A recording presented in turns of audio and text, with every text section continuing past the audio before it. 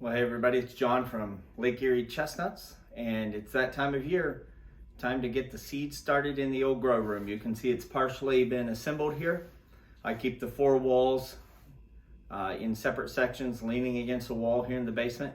My wife loves that, and have the lights kind of strewn behind me, and simple shop lights with T8 bulbs, and then I have the other lights that you've seen before. Nothing new this year.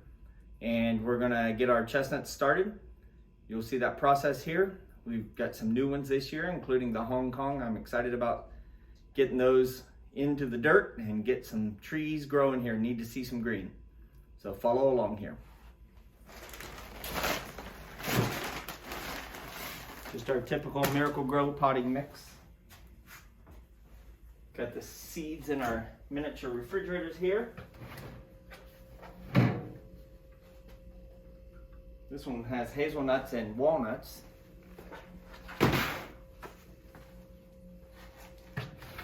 We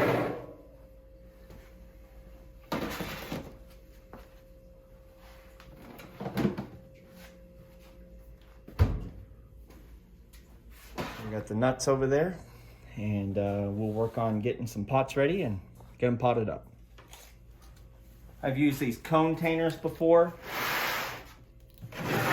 for oaks many times. This year I'm gonna do one. There's 98 cone containers in here. They're only 1.8 inches in diameter, but it does allow for a longer taproot. And since I'm only gonna spend about 2 months in these, I think it should be good for chestnuts. Even though their leaves are a little broader than oaks, I think they'll do okay. It's an experiment. We'll see how it works out.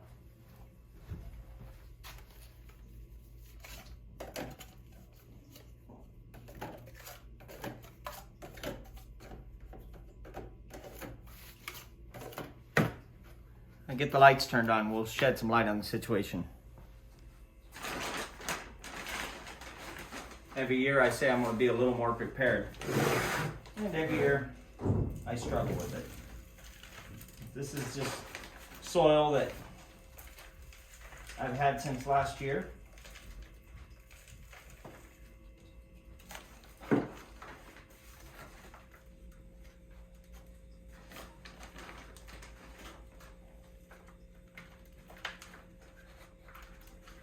This is the top taken off of some Chestnut Ridge of Pike County nuts put in December. And this is, I just wanted to show you, this is what mold looks like. So there's going to be a moldy nut there. There's one there, but you can also see one of the trees is trying to sprout right here. And all is not lost. You know, you can see the bottom. A lot of roots are growing. That's okay. They're a little spiraled up. They'll do just fine. So we're gonna get these put into a pot. So no right or wrong answer, but I like to use a screwdriver or something to kind of poke a hole so that the root has a place to grow. You can see this is the plant. It's already sprouting. It's got it splits, the tree grows, the root comes down the opposite direction. It's sending out these little lateralizing roots. And we're gonna come right back down here.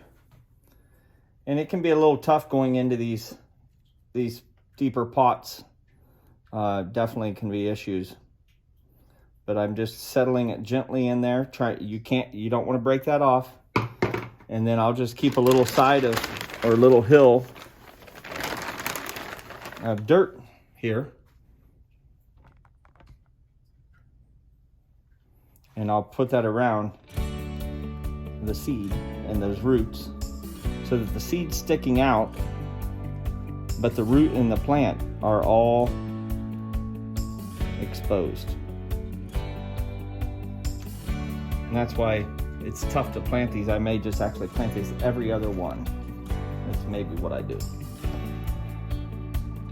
And it's repetition. You know, got a long root here. A little tree coming out the top. In the past, I've taken that tap and trimmed it if it's just way too long. Sometimes that happens.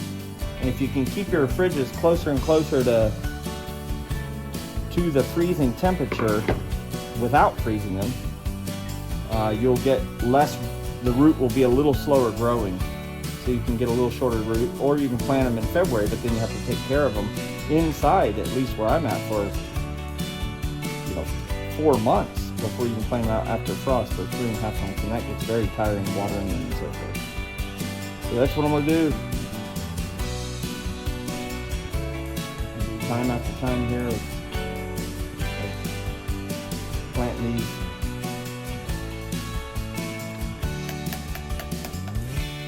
I'm going to do every other pot for these.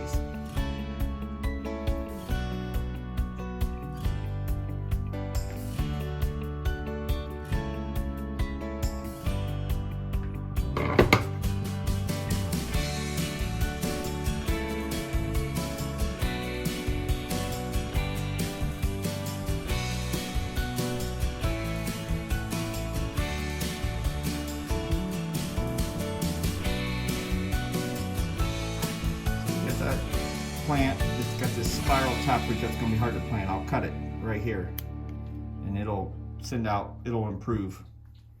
But if I keep that spiral root on, it is going to snap off as I plant it, at least in this potting situation. And then you're left with definitely a weakened tree snapping off from the nut. So that root will, I've not seen any long, I don't have any trees that are 50 years old, but so I don't know if snipping the very tip of that taproot affects it or not, but certainly it can't affect it any more than planting them in a 4-inch pot and causing a bunch of air pruning through other type of plantings, which limits the taproot growth. So, maybe long-term stability of the tree, I'm not sure, but I'll let people after me worry about it. So, tedious process when you're doing it in these containers. Would be less tedious if I was doing a bigger pot, but I'm experimenting here. Because otherwise I just fill a pot, put the seed in and go, and I can plant pretty quickly. It's a little tedious doing it this way.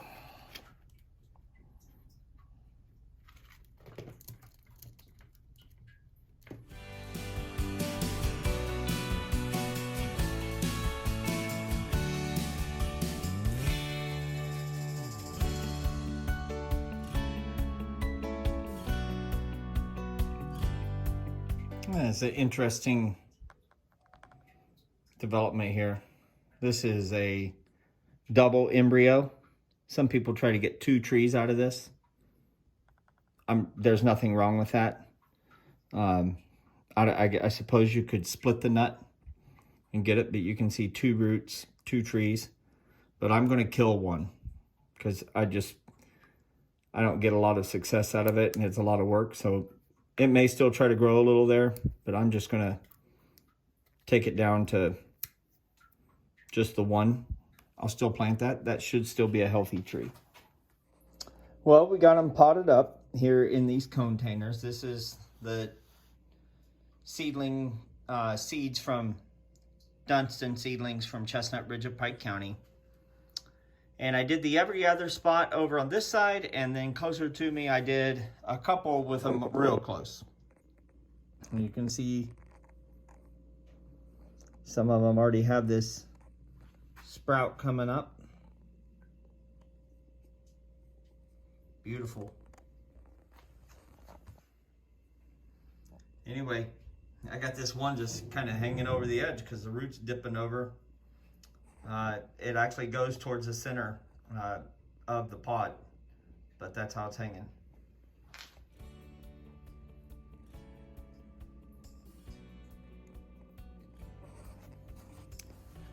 I'll share some more planting videos over the next few days as I gradually get the indoor growing area all planted up, plastic protected from the cats, and we'll share those videos as we do them. Now's the time to start planting those trees, getting them in the ground, getting them sprouted if you want to do some indoor sprouting, get a little jump on the season. Thanks for following us here at Lake Erie Chestnuts.